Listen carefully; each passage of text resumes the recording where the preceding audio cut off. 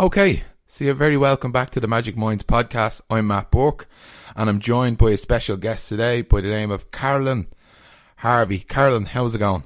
Hi Matt, how are you? Welcome to the Magic Minds podcast. What's the crack?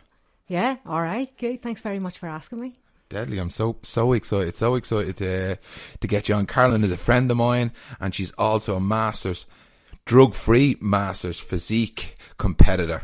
Is that correct? It is indeed, yes. Okay, as I say, Carolyn has been a masters physique competitor for the last number of years, but has also been in the health and the fitness industry for a good number of years.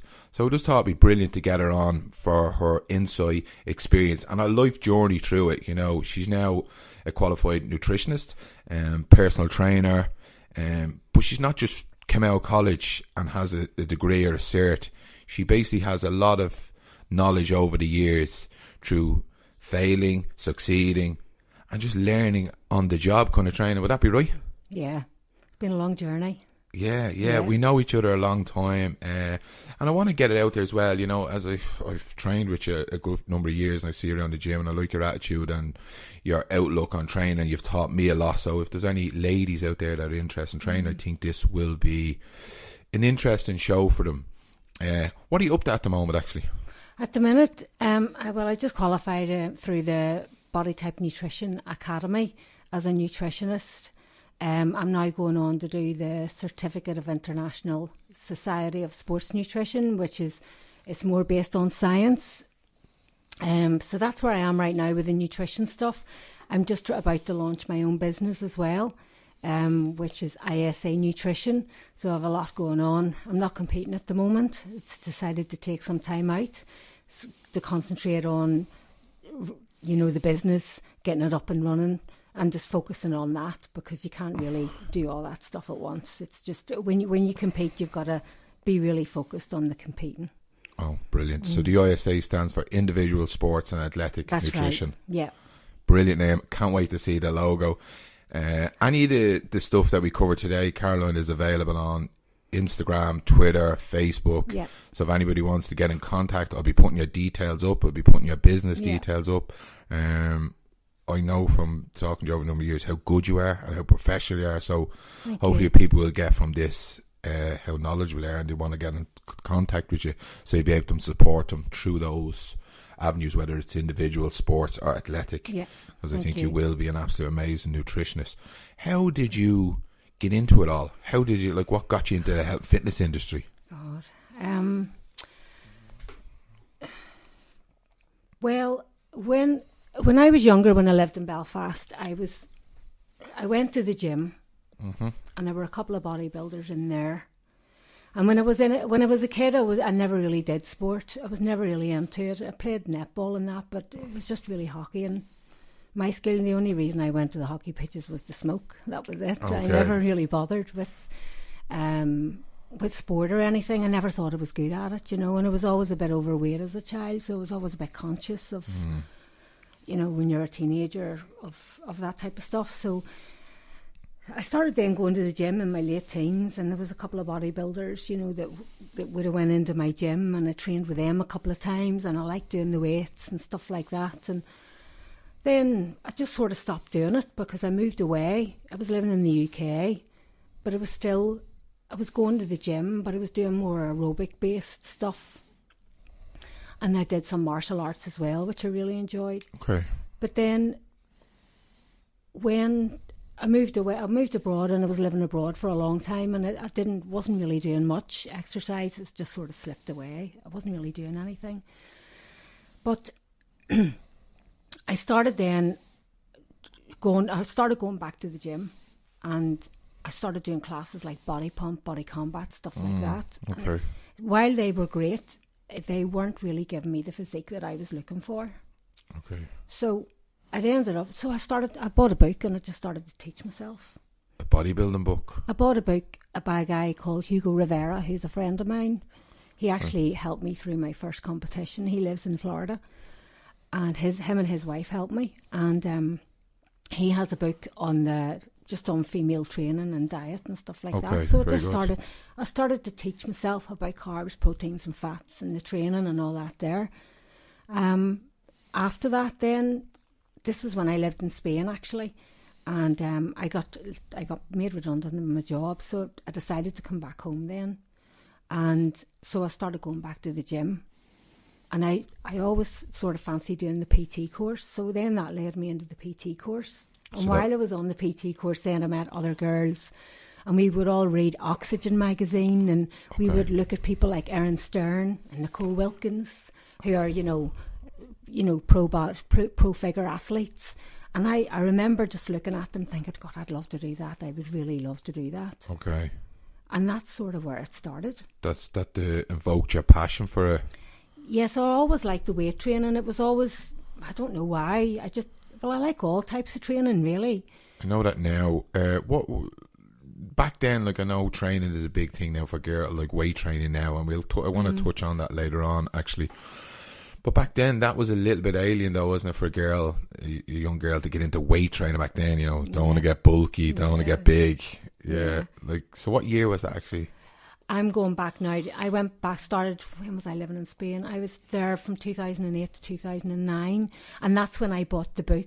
Very about good. 2008. Cool. And yes, then all the girls did the classes. And I was the only one in with all the guys in the sort of weight training area of the gym, right. So it was very intimidating at the start. Absolutely. But I just thought, just bite the bullet, just do it. Because it's what I really wanted to do. So brilliant. When was your first competition? Oh, it was October 2011. It was a disaster. Was it? It was a disaster. Why is that? It was awful. Well, because I was getting help from abroad, they couldn't really see me properly in the photographs that I was taking and sending them. And I didn't know enough myself. I didn't know anything about the tan. So I was like whiter than white on stage because I only had like a sort of beauty salon tan on. Okay. And I didn't have any of the bodybuilding, it was just awful. I wasn't lean enough. I had water retention. I was quite jiggly in places, and it was awful. And I broke my heart afterwards. Like, it was really, really hard. Wow. Afterwards, because I felt like I'd made a total fool of myself. But I felt that at the start, but then, time passes, and then I thought, no, use it as a learning experience. Get back on the horse and go for the next one. Absolutely. And what's involved, though, in getting prepped for a competition? Just give us a quick synopsis, a quick brief run through. What's the... Well, you've got to make sure you're eating enough calories to lose body fat. My problem was that I wasn't eating enough. All right. I was eating too little, and I was losing muscle tissue. But I've learnt all that over the years as it's gone along. Okay. So you starved yourself. You thought cutting your calories straight away. The calories were lower than my basal metabolic rate, which I need to keep my body operating per day. So they were actually below that. That's just your maintenance. Yeah. Okay, cool. Well, just for my body to work. Yeah. And I was doing way too much cardio. I was going mental on the cross trainer, Yeah. And I was taking muscle away from myself, But again, I was learning. Yeah. I was just learning as I went along. Yeah. And I really wanted to learn it for myself. It was really important I did that. But basically you're more or less cutting for 12 weeks. 12 weeks is sort of about the norm. Right, maybe so up to 12 16. weeks, so 16 weeks, depending on the amount of body fat that you're carrying. Exactly. And now I am actually a wee bit more careful. I would say, okay, how much do I think I need? I need 12 weeks. Okay, well, let's add 2 weeks on top of that in case anything goes wrong, and 2 weeks on top of that in case I haven't judged it properly. So then I would extend that for 16 weeks, because it's what I've learned as I went along, is not to just leave it for 8 to 12 weeks and then panic. Okay, brilliant. I had a notion of going for a competition years ago, and I remember going in to see a fella, and I said, I think I'd like to do a competition. He says, take off your top there. And I was thinking, maybe 10, 8 weeks. And he was like, I think you're about 30 weeks away. I was like, what? Yeah. I was like a little baby seal. He's like, forget about it. Oh man, that is unbelievable. It takes a lot of dedication and with the whole eating and all. But no, from talking to you over the years, you've had difficulties with eating disorders. I have, yeah. Would you mind sharing that with me? Just talk me through that. When as far back as I remember, I always had this dysfunctional relationship with food. And when I was younger, it was I binge ate a lot from as far back as maybe 4 or 5 as I can remember. I would binge eat, and then as I got then into my sort of teenage years, early 20s, then I started to go down the anorexia route. So I started to starve myself then, and then I was floating then into bulimia after that. Right. So,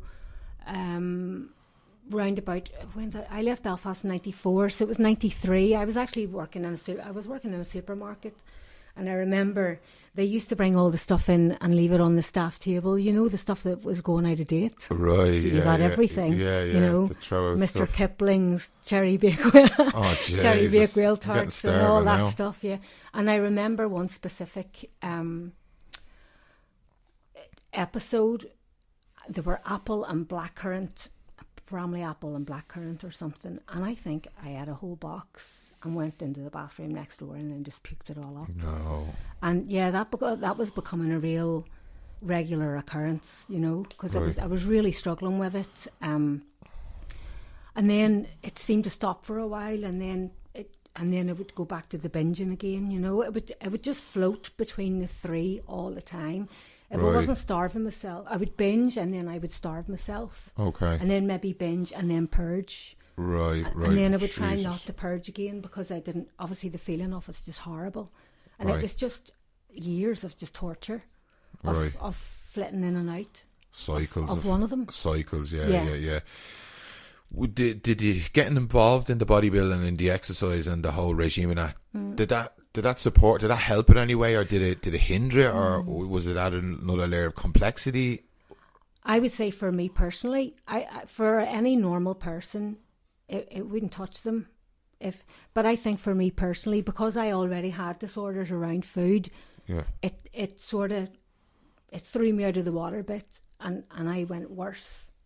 Oh, right. I started to go into then the orthorexia, where I wouldn't eat anything else but these certain specific foods. Healthy foods, and my head was going nuts. I was going nuts. Right. And there were only certain foods that were in the plan that I was doing, because I didn't understand food, and it was then that I knew I wasn't right, and I knew I was really suffering on an emotional level too, I just thought, I can't do this anymore. This is destroying me. And I just thought, it's not bodybuilding, it's not the competitions, it was me. And so I stopped competing for a while, and I just sort of had a bit of a meltdown around about 2013, I think it was. And I'd gained a lot of weight because my rebound was so bad. Right. And I just felt really low all the time. Like, it was horrible for about 1.5 years. It took me to come out of it, And what brought you out of that? What was the turning point? What was the light bulb moment that changed it for you? I think I'd also started to go to counselling as well, and I think that really helped me. So I was looking at stuff I needed to deal with, so that was helping me. And then also I started to get more interested in food. I just thought there has to be another way for me personally. This is not about anybody else, but this is for me. Yeah. I just thought, I can't do that because of my history with eating disorders. I need to find a way that's going to be healthy for me. And so then I started reading about food and learning about food and getting more into listening to people like Liam Norton, who is absolutely a scientist. And I thought, I need to start listening to what these people are saying. Okay, and I need to listen to other people that have been through the same thing as me. Okay. So then it all just started to flow. And now, as I say, I know you a good few years, and I've never seen you so consistent.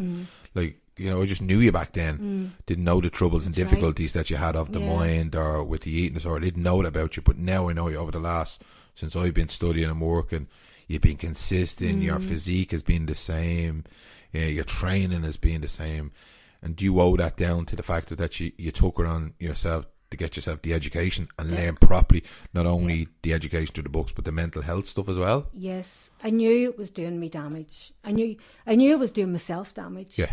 And I knew that if I didn't find a way myself, that I was going to end up losing it. Okay. And I wanted to stay in competing as well, but I had to just distance myself from it for a while, and I just thought I need a rest from this. And also I'd found that, which I can't speak for anybody else, but I certainly was chasing trophies, and that was doing me damage as well, because I could find myself starting to sort of value myself and my placing, which is not what it's about. It's, it's about doing the best that you can. Yeah, absolutely. I could see that was happening as well, and that's why I had to stop for a while. Wow, that's brilliant insight. Yeah. Like even having that awareness, but the trophy's kind of a form of an affirmation, isn't it? Yeah, and it's lovely to have them. Like, they're great. It's nice to have, especially at my age as well, to say, like, I won that. Absolutely, it's an amazing achievement. Jesus. But at the same time, I have to do it for the right reasons. And the right reasons is not chasing it. The right reasons is because of, that I'm well within myself, and I had to bring my health had to come first. So I distanced myself for a while, and then I started learning, and like you say, I started to get more consistent, and then I was bringing more stuff back into my diet again, and I was eating cheese again, and then I was eating beetroot again, and I was having different stuff. And there's no guilt. No. Like, no I'm just guilt. looking at the change in your face and body language, just as you're even talking about it now, you're changing, your eyes are open, your eyes are wide. It's funny that you're so happy and released, and it's brilliant to see you doing that. As far as mental health, here's a question for you. Is exercise the great white hope that people say, go and exercise if you're under mental health? Is it that? Yes. Does it save everything? I wouldn't say it saves everything, but it certainly lightens the load. In my experience, I can't do without training. And I was told by my doctor when I was 13 I needed to exercise because I had anxiety stuff going on. And the thing is, I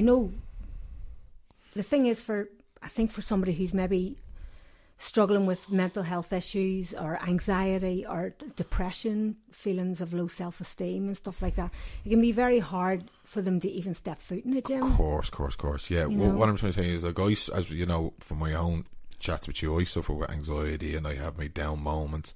And I exercise just as much, probably not as properly and professionally as the way you do. You see me chatting in the gym all the time, having the crack. But I mean, it doesn't cure it. It's not fix it all, like the way people talk about. It helps me get me ducks in a row, with me sleep, with me reading, with me meditation, but people throw it out there like it's the cure for everything. Yeah. I wouldn't say that, but it's certainly, I don't, there's other things that people have to go, personally for me, I had to go for counselling. The gym didn't solve a lot of the stuff that I had going on, but I think that it definitely, I feel stronger when I train. If I have a strong body, my mind feels strong. Yeah, absolutely. But as I say, it can be hard for people, especially people who are maybe who are overweight, to think, I've got to go in there. It's a daunting place, isn't it? Yeah. It's full of, we perceive all those skinny people in there that know what they're doing, and it's really hard for people, isn't it? Yeah, I think so. I mean, the gym we train at now, it took me 2 years to pick up the courage to go in there to join. Wow. Because I felt really intimidated. Did you? Well, yeah, it was a real spit and sawdust place, and I kept walking past it because I was living in Rathmines at the time. And every day I would have a wee neb in, and I would think, I really want to go in there because I wanted to be around the people that were in there. And I didn't have enough confidence to do it. And then one day I just bit the bullet and say, right, it's now or never, just do it, Yeah, I was like that. There was a gym that Tommy used to train in, Powerhouse over in Dominic Street. Yeah, I've heard of that. And it was just like, it's a really low ceiling gym. It was only maybe a couple of 100 feet long. And it was like, that's where I need to be, where them people are. So I can understand that. It's daunting to go into those. So like, even back for me back then, and I'm from the inner city, I was like, wow, this is scary. And they'll eat you alive. But once you get in and get going, it's not like that. No, it's not. So what do you think are the pillars of health? Like, what are your startup things to do, or your main go-to things for to be actively healthy? We said exercise is one of them. What else is your go-to things? For me, it was getting my nutrition right. I'm not going to say diet, because a lot of people, when they hear the word diet, think restriction. But I had to get my nutrition right, and I had to not feel guilt around food. Like, it's okay to have a bit of chocolate. It's okay to have a burger and chips now and again. Yeah. It's okay to do that. If I'm working that in to the bulk of my plan, you know, it's actually okay. I am sane because I'm still enjoying life. There's no restrictions. No restriction. Okay, fair enough. When I compete, it's different. I have to be tighter, but that's a different ball game, and I understand that. Okay, understand. But for anybody who doesn't want to compete, who just wants to get fitter and healthier, like, there are ways that you can do that by still enjoying the wee treats that you like every now and again, you know. Yeah, so exercise, nutrition, anything else? Having a laugh. Having the crack. Having the crack. Yeah, but you look, if you're getting abs, you can't be having the crack. You need to be serious. You need to be dedicated. You need to...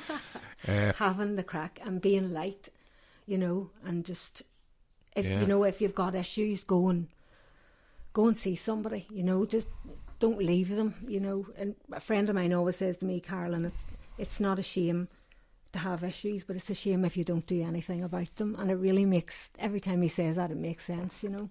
Absolutely. What's your thoughts on sleep? 100. Oh, the top. Would sleep be up there with you? Yeah. Sleep and hydration. Yeah. Definitely. That's what I've learned, and it's so true. Yeah. If you're not getting rest and recovery, you can't. Well, if you're tired all the time, and then what happens is you're starting to dip into all the foods that, you know, you don't. If you're tired, you need a hug, and you get hugs from donuts. I've hugged many a donut in my day, but you don't get hugs from broccoli. I don't want to hug off a broccoli. I don't hug mini trays. No, exactly. So when you're tired and you're feeling low, I mean, it all goes hand in hand. When you're tired, it affects your outlook. And I personally, you know, now I'm in a good place, thankfully, where I can push through that. I'm just tired. But, you know, you need sleep. You need to rest and recover. Absolutely. I didn't sleep last night, and I trained today, and I kind of trained, and I felt like a bag of shit. Yeah. So I had to rest and recover before I got down for this interview. It's huge. I put it up there as the top one. Yep, I don't probably stick to as much, even though I don't get a sleep. I still go training. It's just part of my routine. I kind of say, okay, I'll make up for later, but I probably shouldn't. That's probably one of my downfalls, that I don't stay in bed when I should. Sleeping is the king, isn't it? Yeah, definitely. We slightly touched on nutrition, but I needed you to give me it. I need the answer. Nutrition. Is it low fat? Is it low carb? What is it for people? There's so much information out there. This is right. That's right. GI diets, low carb, low fat. You know, I was a low carb advocate for a long time, and you changed my mind through education. What's the best diet? The one you can stick to. No, that's too simple. No. I want a more complicated scientific answer. Scientific answer. All right. Everybody's different. You already know that. Yeah. The thing is that the diets out there are only sustainable for a certain length of time, and then people just get annoyed. They get bored. They get fed up. You know, and I personally, when I did stuff like that, would go out then, and my binging would be worse. It was bad enough, but it would be worse, you know. Like, protein is absolutely essential. Fat is absolutely essential for our hormones. Protein is essential for our building and repair of our bodies. Carbohydrates are really important. Okay, they're not essential, but they are important, especially if you're training, because you need that fast energy. Especially lifting weights and stuff like that, all that there. But I love my carbs. Okay. And I used to be terrified to eat them. But you're like on 300 grams of carbs at the moment a day. Yeah, I've just come off of I was on a reverse diet. I've been going through cycles of dieting and reverse dieting, and I just came off one. I was on 2,700 calories a day. Yeah. And it was on 335 grams of carbs. I have this Catholic guilt in the back of my mind going, that's just wrong. You're meant to be I'm low carb. You can't be doing that. I know. That shocks me. Yeah. And I see you eating jellies in the gym. Yep. I see you eating sweets, to get your carb load up. But that'll make you fat. No. Well, look, you've never seen me, like you said I've earlier. Never seen you lean. No, you're looking great, Nick. You look savage. Well, that's from just learning, and it's also knowing that, you know, I can have those jellies during my training to lift the same heavy in my next set. If I feel my body waning, I keep jellies in my bag. Absolutely. I've seen you train, and you train a savage. Like, you put me to shame. I love standing around having the chats. I've seen you train a phenomenal Ray, and you've educated me to the point that I'm a huge fan of the low carb for the science, and I get my bloods done, I get my profile and my endocrine system looked at, and they all come back good. But the one thing they didn't tell me, and I was on low carb for years, the one thing we didn't get tested with the bloods was, how's your mood? My mood was shit on a low carb diet, but I was pig stubborn. I'm not letting this go because the science is right and I believe it. And I was like, nah. And I did lose weight and I did look okay, but I felt like a bag of shite. Yeah. Like, going really low carb doesn't suit me. No. And it was only through you when I handed myself over to you and said, look, I'm going to follow you wherever you'd say do. And I was eating jellies after training. I was adding in sweets. It was difficult. I had the Catholic guilt. But I had to give up the ghost and go, what? Yeah. The low carb just didn't work for me. No. But when I do stuff with people, personal trainer or whatever class, I ask them how's the mood. But I wasn't asking myself that. It's crazy, isn't it, that we stick to something so religiously just because we think it works. Yeah, but I did that for years as well, and I wouldn't let go of stuff, and I thought, you know, that I had the answer, and I didn't know the answer. You know, I didn't know the answer, and I thought I did, but I was only picking up what I had learned until I thought, like, you know what, I don't know this. I really don't know this. I need to go and start learning for myself. You know, I had to go back to school, more or less. You know, I learnt all this when I was at school, how fat, carbs and protein is processed in the body, and I had to go and learn it all again. I had to eat a lot of humble pie and just sit down and learn it. But it's been the best thing I've ever done, is to learn it. But the whole carb thing is a lot. It can suit people. Low carb diets can suit some people. Absolutely, you know? I've done work with girls in a job, and one or two of them getting ready for weddings, and some of them went low carb and they were doing brilliant. And it just didn't suit. But we'll change it within a couple of weeks.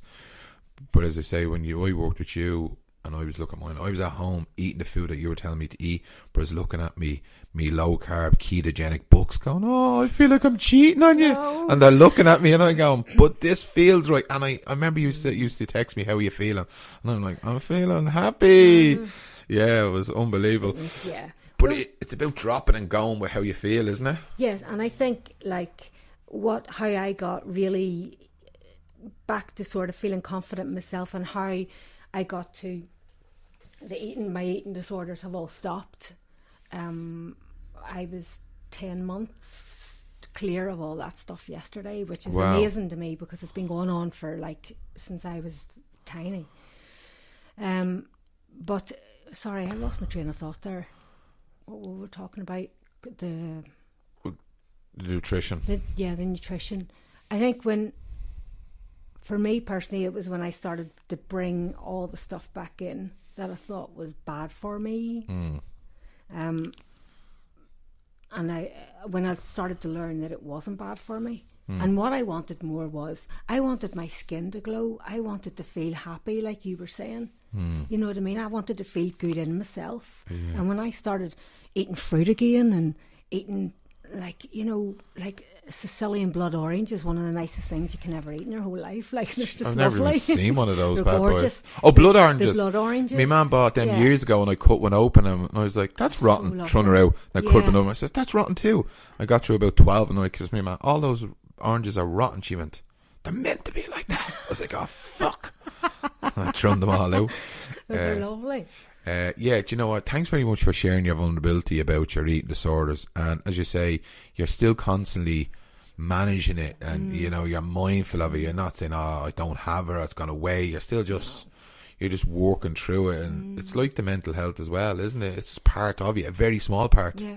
And I just don't want to do, you know, the whole eating disorder thing, you know, again, I can only speak for me, but I was using food as you know, I was emotionally eating, or, you know, I was using it as a distraction, or I was using it as a punishment, or, you know, like, I think it was 2012, NABA 2012. I got top 6. I came 6, and I was disappointed. I thought I looked better probably than what I did, and that was okay. But when I came off stage, and my friend Niall was there, and he's always supported me from day one, from I started to compete, and he went, "What's the matter?" And I was just really upset, because I felt like a failure. So it wasn't the placing at all. It was nothing to do with that. It was how I was feeling about myself. Okay. And I had bought a chocolate cake because I'd missed my birthday. It was my 40th birthday. Oh. And I'd missed it, right? Because I was dieting. My sister was down with my niece, and they were staying over. And they went to bed, and I sat up all night, and I ate that whole cake, punishing myself for, for feeling like a failure. Wow. Yeah, and it was horrible. Like, it was really horrible, and I had to be careful then that it didn't start going into the bulimia again. Yeah. And then, so it's been a constant battle, but now I just wanted to stop doing that. I just wanted to stop doing that to myself, That's powerful. Yeah. It's I'm not saying it's gas. To think back, the dedication and commitment to even get yourself on stage, but yet you perceived yourself as a failure. Oh yeah, 100%. That is unbelievable. Just to get yourself in the position to be even on that stage, I would think, wow, I've achieved. It's amazing how your barometer of success, isn't it? And how we beat each other. Yeah. You probably would have done it if you got 5th or 4th. I probably would have. And like what we're going back to what we were talking about earlier on, that's when I started to see that I was valuing myself through a €20 trophy. And that's when I knew then, hold on a wee minute, what's going on here? Yeah. And I had to sit. We've talked about it before, about meditation and stuff like that, and I would do meditation, and it was then I started to think, I started to hear what was going on inside as well. Right. Listen to your own body. I don't need to chase a trophy anymore to value myself as a person. I'm a person in my own right. Very good. Yeah. Excellent. So for somebody starting off, we're just back to the nutrition. Someone starting off, they want to start practicing eating healthy. They want to be mindful. Where do they start? What's the starting point? Would you say to someone?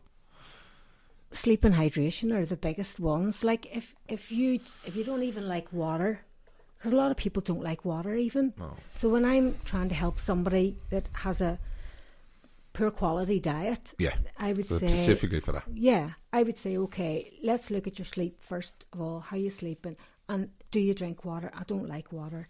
Okay, well, there's those new things where you can put the fruit inside and put it in the bottle. Yeah, so brilliant. You can put limes and lemons in there, and you can have that. And usually people will start to like, because they like that sort of stuff. But it can be very, very slow process depending on where you are in your journey or your life or whatever. Then it would maybe, okay, why don't you try and eat just one more portion of fruit a day and one portion of vegetables extra per day. Let's do that for a couple of weeks or whatever, depending on where they are. If they can go full hell for leather, well then let's go. But for some people it can be a slow change. Like me, it was a slow change over time. I'm guilty of that, jumping in feet first. Yeah. So, but it's good advice to starting them off with the vegetables, the fruit, and just taking it slowly into it, and then. Yeah, and a lot of people as well, they want to go full on into the food prep thing and change their whole diet overnight. And my own experience of that has been just give it 3 weeks, because you're going to get annoyed. Because food prep takes time. Absolutely. You know yourself. Yeah, but it's key though, isn't it? It is key, but wee bits at a time to start with, and then when you're comfortable with that, do a wee bit more, and then do a wee bit more, and you learn better to have 4 pots on the go. And do you know what I mean? Like Tupperware. Exactly. Yeah. What's your thoughts on then the whole protein intake, and especially around female people training, not even female training, just ladies in general? Yeah, well, look, protein's essential. We need it.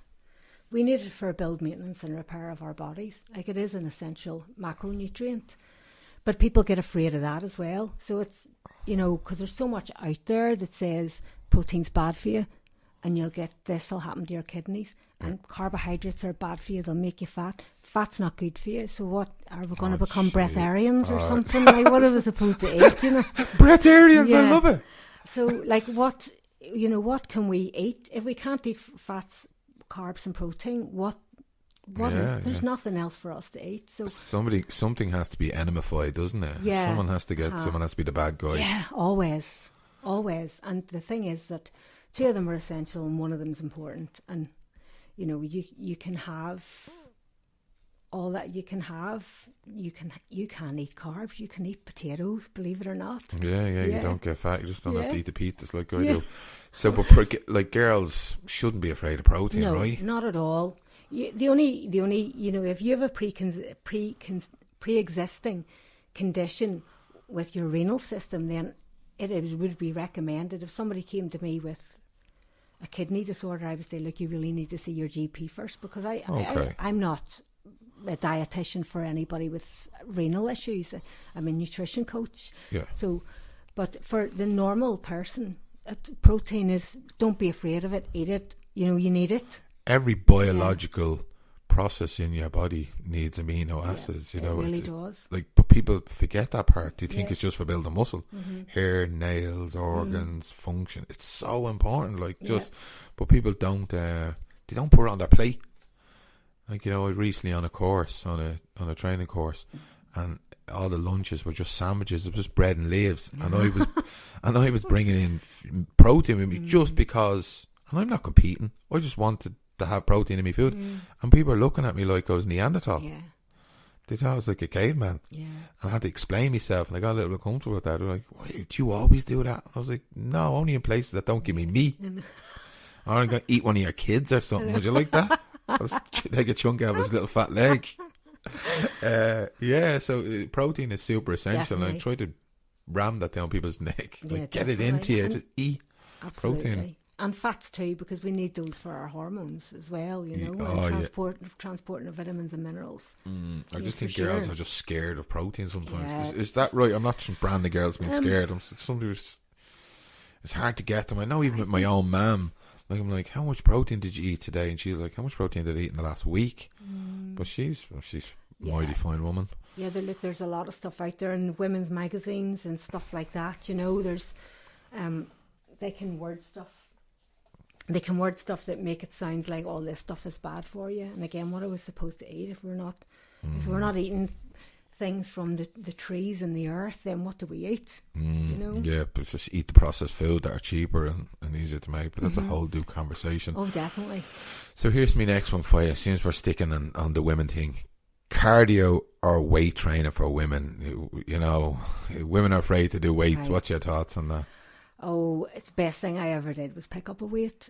Right. Yeah, because I prefer an athletic looking physique for myself, and I always wanted to look athletic. Even as a child, it was but I never thought I could look that way. Okay. Because I was always a bit of a chub.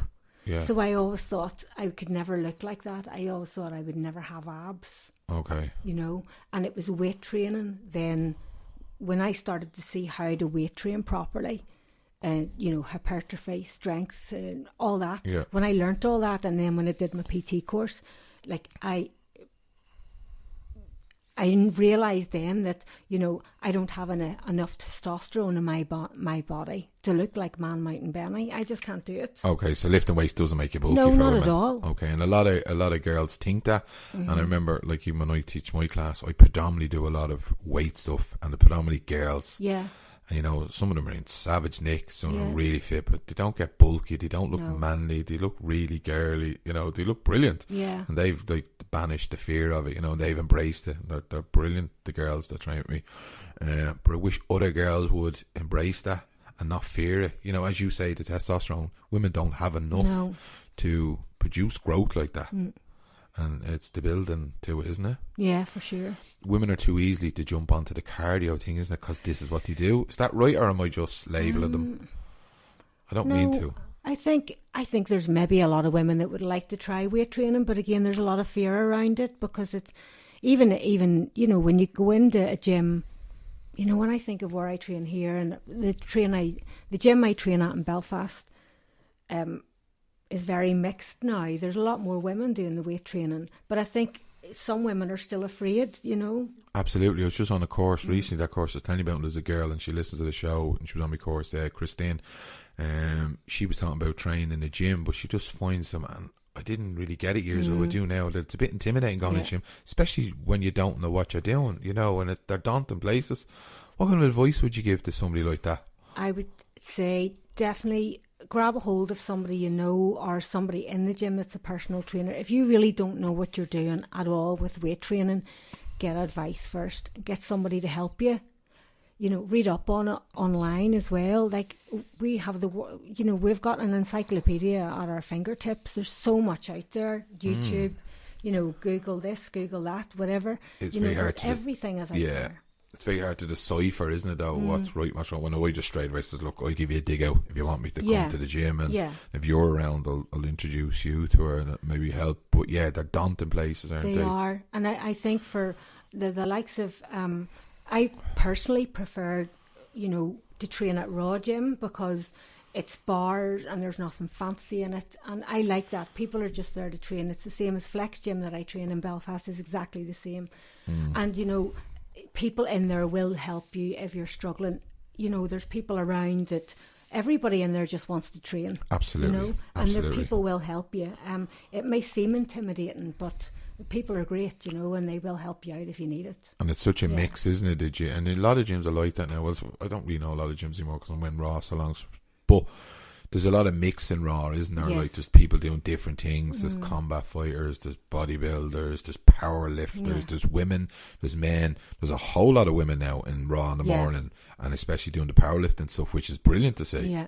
Like, I'm delighted with that. Yeah, it's brilliant. Absolutely.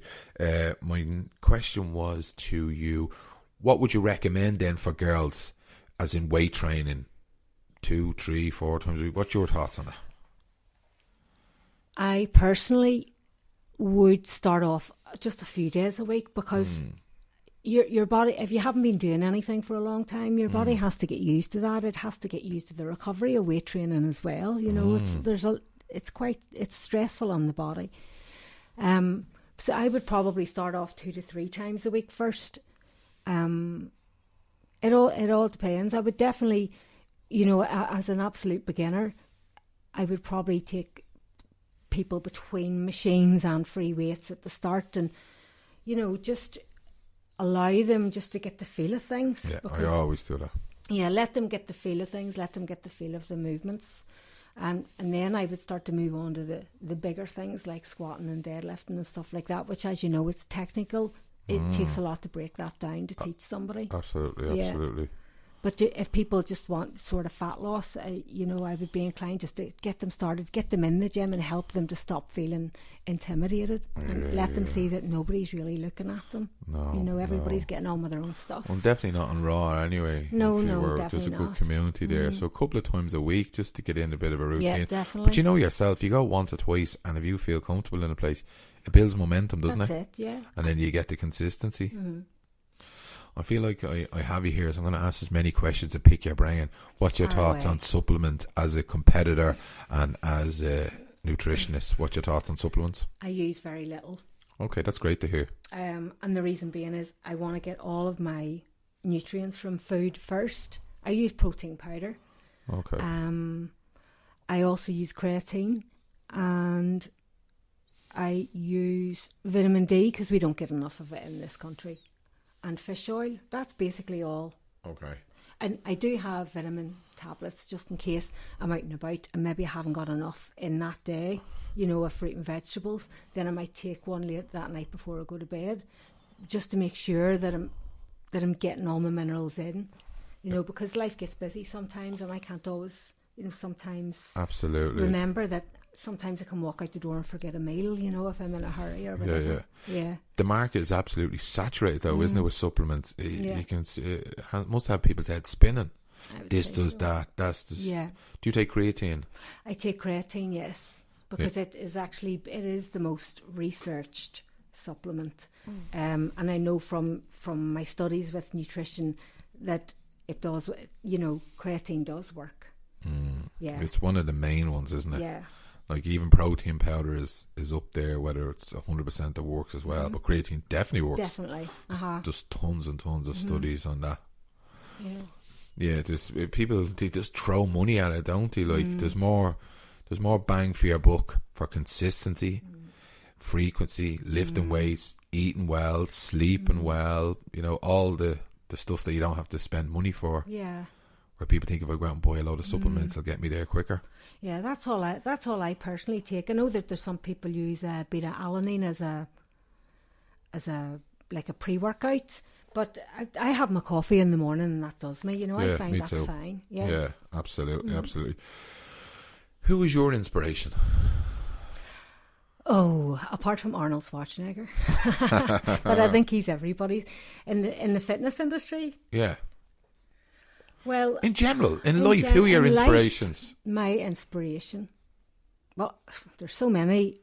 To name a few, in the bodybuilding industry, obviously Arnold Schwarzenegger, but he was one even way before. You know, when he was in Rambo. Yeah. And Frank Zane would be my favourite bodybuilder now. I love his physique because it's not too big, and he's so well proportioned, and the symmetry and the cut, like it's just everything about him. But there's so many inspiring people, like people that are kind. Audrey Hepburn is another one. I could sit here all night and people would get bored. They don't want to hear that stuff. But yeah, I would say the likes of I like listening to Arnold Schwarzenegger. I like listening to C.T. Fletcher as well. Yeah, C.T. Fletcher motivates you, doesn't he? Yeah, he is great.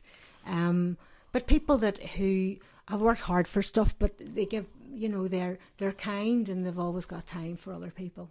Cool. They inspire people. Even my friends inspire me. Absolutely, yeah. No, I'm inspired by people around me. Yeah, you inspire me. Well, you inspire me. Yeah, it's the appreciation club. I appreciate you. I love you. You. I love you.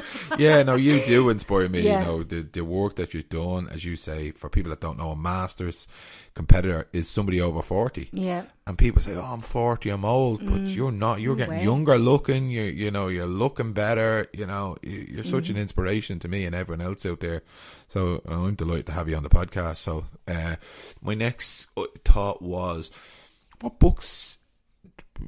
kind of books do you read, or what books would you lend to people? What's your favourite books? I want to pick your mind on these kind of things. The book I'm reading at the minute is the study book for the CISSN. I see it over there and it's giving me the shivers. Reminds me of being back in college. I take that to bed with me and everything. I'm like that with it. It's just the science. I love getting my head into it. Yeah, I love science. What type of books do I read? At the minute, like the past couple of years, it's been nutrition. But I love reading books on training. But there are other books like that I read on, like music. I'm a big Depeche Mode fan. Okay. You know, so I like reading about, you know, Dave Gann, who is he would be an inspiration of mine as well. Okay, cool. But you know, I like reading about people and their lives. Autobiographies. I like them. I'm reading one about Audrey Hepburn at the moment, and okay, that's interesting. Read one about George Michael a while ago, and wow. Yeah, I like reading about people and what they're doing. And yeah, I like non-fiction as well. I did read one a while ago. The first fiction book I've read since I don't know, leaving cert in 1990 something was Dublin 7 by an author, Frankie Gaffney. I had him on the show as well. Yeah. Amazing book, amazing guy. That was a fiction. That's the first one I've read, I'd say, in a long time, but brilliant. They're hard to read, non-fiction, aren't they? Yeah. Or fiction books are hard to read sometimes for me. Yeah, they can be. So I think you need to be in the mood. I normally have about 3 books going at once. Yeah, me too. I've got 3 on the go. Definitely. So, what is the plan at the moment? What's the future for Carolyn? Well, I'm training away. I can't train with the same intensity at the moment. I've got a bit of an injury, and so that's taken a while to heal. So I can't push it, which is really annoying, because I like going at intensity. So I'm not really sweating too much in my workouts these days. But at the minute, so because I've got that going on, and then all of a sudden I just thought, right, that's it. I'm starting my own business now. When I got my qualification through that I passed, I thought I need a couple of weeks break now because it's been heavy going, because I was competing solidly for 2 years before that as well. And I thought, I need a break. I'm going to give myself a few weeks. And then over the last couple of weeks, it was just like, do you know what? See, if I don't do this now, I'm never going to do it. So I resigned from my job in the middle of working my notice. Oh, you're some woman. Yeah. And I just thought, I'm going to do it. And I can work part-time, to cover, the basics, and start working on my nutrition business, because this is what I want to do. I want to help people. So the ISA Nutrition. ISA Nutrition, Individual Sport Athletics, yes. Tell you, I love the name. It sounds brilliant. Yeah. But why I like it and why I like your concept on it is because you've come from a place of having the eating disorders, having the problem, and you educate yourself, you problem solved, and you've competed, you've won competitions, we didn't even touch on, you went to Brazil, you represented, you've won competitions, and now you're going on and you have a business in nutrition. Yeah. I think personally that's the way to do it. Yeah, and I'm proud of myself for sticking with it and working hard, and I wanted to get into sport as well. I love boxing, and I'm involved a little bit with a boxing club here too. And I love boxing. I love football. There's a lot of sport that I like. So I didn't I wanted to do, of course, help people with fat loss.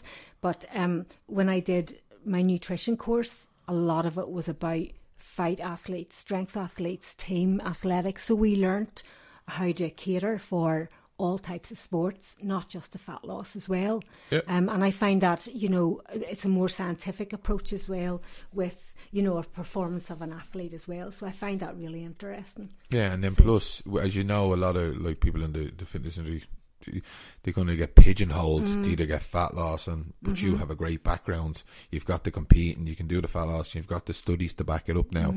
You have your body type nutrition training, and then you're doing the sport specific science. Yeah. Savage. So that opens up many doors for you. Any more competing planned?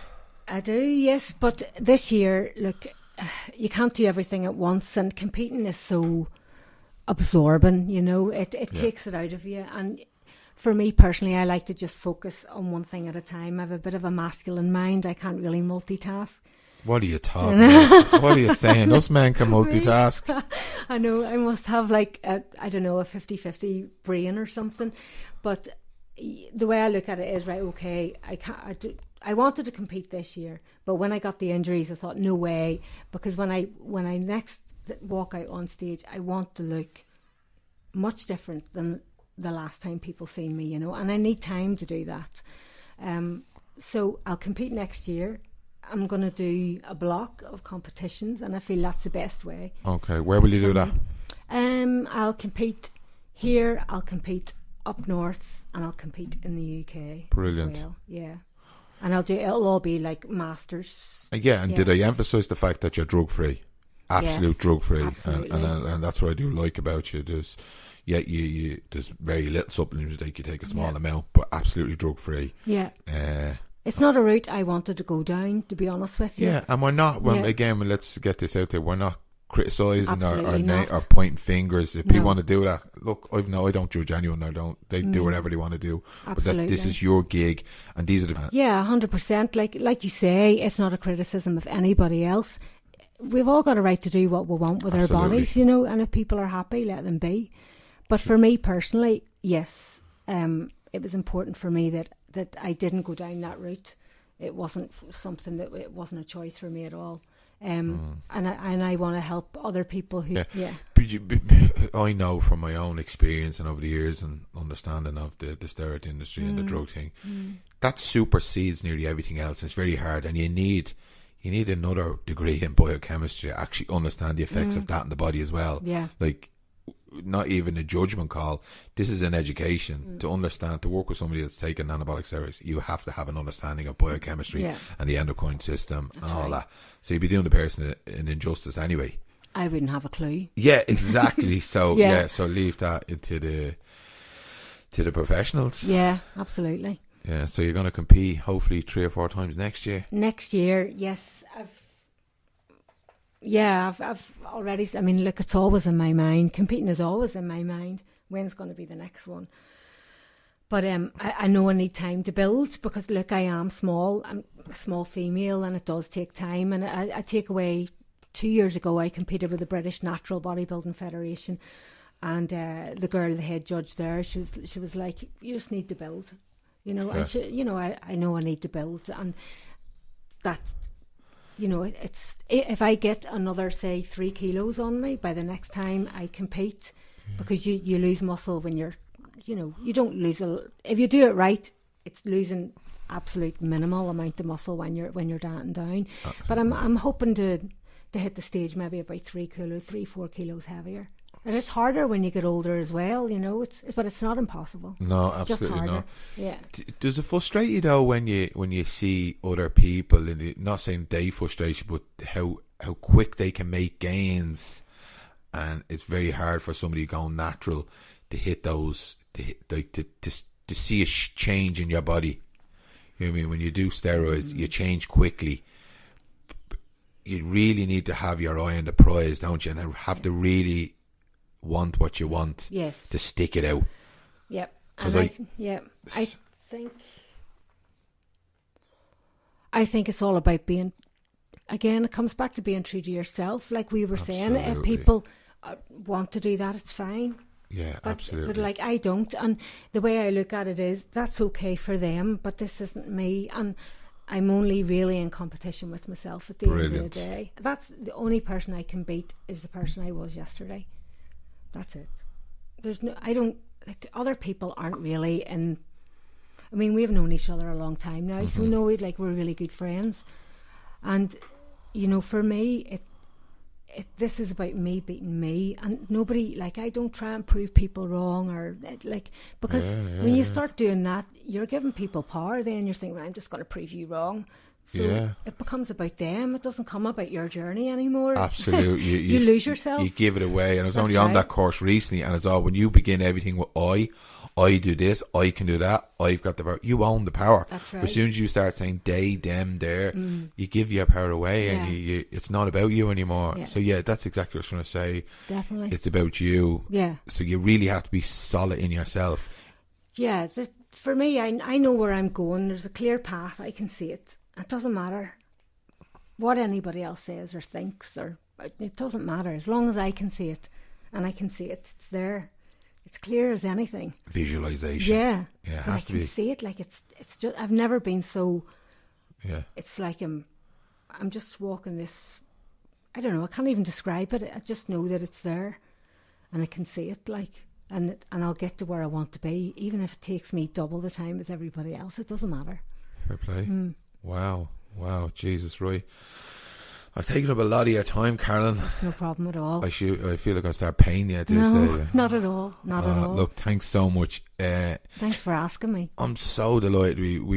There's so much more I'd love to ask you. There's so much more I'd love to get out there, but I just wanted to get as much out of you as I can in this short period of time. No I know worries. you're busy. But look, this was so inspirational, so motivational for me. Every time I see it in the gym, I'm like, oh, I need to get me shit together. So I'm not even interviewing, I'm motivated. And again, it's education. I want girls, young lads, mostly girls. I'm targeting girls right here, because you're an ambassador for the girls and strength train. Not to be afraid of it, not to fear failure with your food. But if they do, and if they're having struggles, get in contact with you. You know, yes. Carolyn Harvey, you're on Facebook, you're on Instagram, Twitter. I'll put up your details. If people need help with coaching, whether that's online or one-to-one, you'll do that with them, yeah? Yeah, or even if they just need a bit of chat and somebody to talk to about stuff that's going on, because sometimes all we need is somebody that we actually don't know in a non-judgmental sort of, you know, and I wouldn't be in a position, I'm not going to judge anybody for having a couple of problems, do you know what I mean? Yeah, absolutely. Absolutely not. But I think, you know, not just the females, but men too. There's some men that are terrified to go into gyms, and they're scared to eat, and, you know, there's a lot of eating disorders are coming around in men now too, you know. Thanks for doing that, because men are getting bashed in the news, really. Thanks very much. The lads. It's the same. Up the lads. Up the lads, No. But no, I really want you to be a shining light for the girls there that want to get into training or are in at the moment and need to dig out. Because as I said to you earlier, your perfect position from the experiential learning out those degrees and qualifications all day long. Failing and succeeding is the answer to long-term success and consistency. Definitely. You know, Okay, right. Well, we leave it there, guys. Thank you. Thanks so much, and thanks, Carolyn, for coming in. I'm absolutely delighted. Pleasure. Oh, brilliant, brilliant, guys. I hope you really enjoyed the show. Please subscribe on iTunes and leave a delicious review. It's your reviews that will get us up the ratings and get these amazing stories, and I'll get more people like Carolyn, and hopefully I'll get her back. So keep subscribing, share it with a family and friends, because that will get our show up the charts and get us views and more popularity, so we can spread the word. As always, I want to thank Doyle Riley from Rooney Graphics. He's my go-to guy for graphic design and getting our podcast off the ground. And the lads from Scrap Chat, Kevin, me sound technician, I'm trying to rob him off Scrap Chat, but I don't know what's going to happen. And Shane Kirkwood, two lads of Scrap Chat, an amazing show. If you're interested in combat sports, please check those dudes out. And also me main man, Toy Gluby, Up Dog Yoga, check him out.